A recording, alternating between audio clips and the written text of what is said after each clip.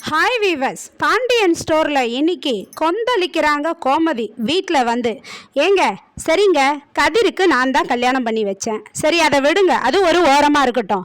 ஆனால் அரசிக்கு யார் முடிவெடுத்தா கல்யாணம் பண்ண? எங்கேயோ இருந்து ஒரு அக்கான்னு ஒருத்தவங்க வந்தாங்களாம், அவங்கக்கிட்ட நீங்களும் சம்பந்தம் பேசுனீங்களாம், பொண்ணு கொடுக்குறேன்ட்டு முடிவு பண்ணீங்களாம். நீங்கள் என்ன கேட்டிங்களா? நான் அப்போது எனக்கு பிடிக்கலன்னு எதனா சொன்னேன்னா? சரி அதை விடுங்க. குழலிக்கு கடைக்குள்ள ஒரு சம்மதத்தை கடைக்கு வர வச்சிங்க, அங்கேயே உட்கார வச்சு பேசுனீங்க, எல்லாத்தையும் முடிச்சிங்க, கல்யாணம் பண்ணி வச்சிருவீங்க. அதுக்கப்புறம் நீங்கள் ஒவ்வொரு முடிவும் எடுப்பீங்களா? என்னை கேட்க மாட்டீங்களா? இப்போ நான் பண்ணி வச்சா மட்டும் உங்களுக்கு குத்தமாக தெரியுதா அப்படின்னு கேட்குறாங்க கோமதி. அவங்க பசங்கள்லாம் பார்த்து, ஏண்டா உங்களை நான் ஒன்று கேட்குறேன், ஒரு மாதமாக இந்த மனுஷன் என்கிட்ட பேசலை, இவர் பின்னாடி நாய் மாதிரி லோன்னு அலையிறேன் நான்.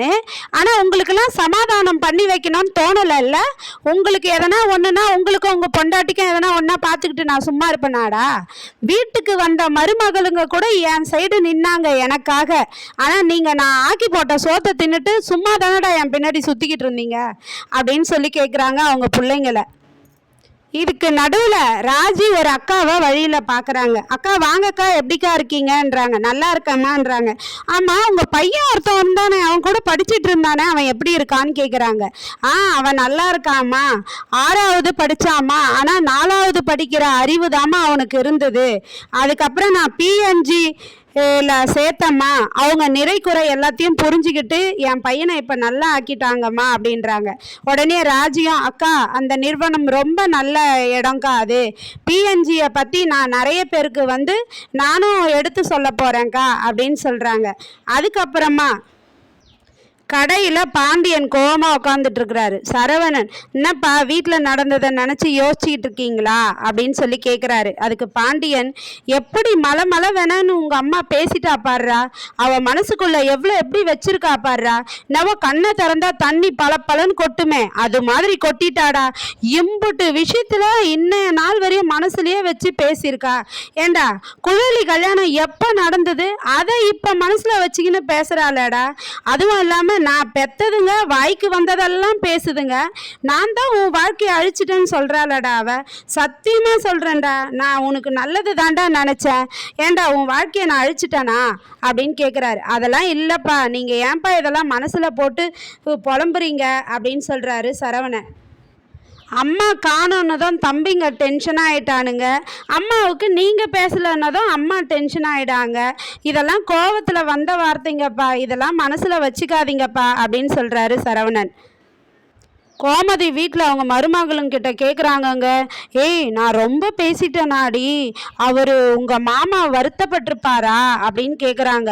ஆமாம் அத்தை அப்படின்னு ராஜு சொல்கிறாங்க. ரொம்ப இல்லை, கொஞ்சமாக பேசிட்டீங்க அப்படின்றாங்க.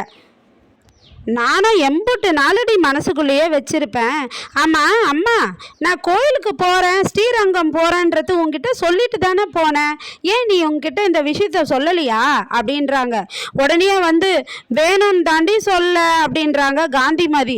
அரசி வந்து, ஏன் அம்மாச்சி என்கிட்டயாவது ஒரு விஷயம் சொல்லியிருக்கலாம்ல அம்மாச்சி, ஏன் அம்மாச்சி இப்படி பண்ணீங்கன்றாங்க. ஒரு நாடகம் பண்ணலான்னு நினச்சேன்டி நான் அப்படின்றாங்க. என்ன நாடகம்னு கேட்குறாங்க.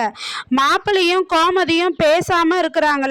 கோமதி காணோன்னா மாப்பிள்ளை வந்து பதட்டப்படுவார், அப்புறம் அவருக்கு பயம் வரும், அப்புறம் போன அன்பு திரும்பி வரும், 2 பேரும் பேசிப்பாங்கன்னு நினச்சேன். ஆனால் இங்கே ஏதேதோ நடந்து போச்சு, என்ன பிளான் பண்ணி என்ன பண்ணுறது, எல்லாம் பிரச்சனையாகவே ஆயிடுச்சு அப்படின்றாங்க. நான் ரொம்ப வேற பேசிட்டேன் அப்படின்றாங்க கோமதி. ஏன் கோமதி, நீ மாப்பிள்ளை கிட்ட கொஞ்சம் மெதுவாக பேசியிருக்கலாம்ல, அவர் புரிஞ்சுக்கிட்டு இருப்பாரு இல்லை அப்படின்னு கேட்குறாங்க காந்திமதி. ஆமாம், நீ எப்போவுமே உங்கள் மாப்பிள்ளைக்காகவே பேசு அப்படின்றாங்க. இல்லடி, பிள்ளைங்க எல்லாருமே ரொம்ப பேசிட்டானுங்கடி, எனக்கு ரொம்ப கஷ்டமாக இருக்குதுடி அப்படின்னு சொல்கிறாங்க. அப்புறம் கடையில் வந்து சரவணன் வந்து, வாங்கப்பா வீட்டுக்கு போகலாம் அப்படின்னு சொல்லி கூப்பிடுறாரு பாண்டியனை. பாண்டியன் நான் வரலன்றாரு. அப்போ என்னப்பா அப்படின்ட்டு இருக்கிறாரு. அந்த நேரம் பார்த்து பழனிவேல் வந்து கடைக்கு வராரு. வீட்டில் நடந்ததை கேள்விப்பட்ட மச்சான், என்ன ஆச்சு அப்படின்றாரு. ஏய் உங்கள் அக்கா ரொம்ப என்னை பேசிட்டாடா, ரொம்ப அவன் மனசில் வச்சிருக்கதெல்லாம் எல்லாத்தையும் பேசிட்டாடா, குழலி கல்யாணத்தெல்லாம் வச்சு பேசிட்டாடா அப்படின்னு சொல்கிறாரு பாண்டியன். இல்லை மாமா, அதுக்காக இங்கேயே இருந்தால் எப்படி மாமா, வாங்க வீட்டுக்கு போகலாம் போகலாம், இதெல்லாம் மனசில் வச்சுக்காதீங்கன்னு சொல்கிறாரு பழனிவேலு. ஆமாம், நான் வீட்டுக்கு வந்தால் எனக்கு அந்த வீட்டில் ஒரு ஆறுதலாக ஒரு ஈ காக்கா கூட கிடையாது அப்படின்றாரு பழனிவேலு. நான் இருக்கேன் மாமா உங்களுக்கு சப்போர்ட்டாக, வாங்க மாமான்னு கூப்பிட்றாரு. இன்னைக்கு நடந்த கதை இதுதான். நாளைக்காச்சும் சமாதானம் ஆகுறாங்களான்னு பார்க்கலாம்.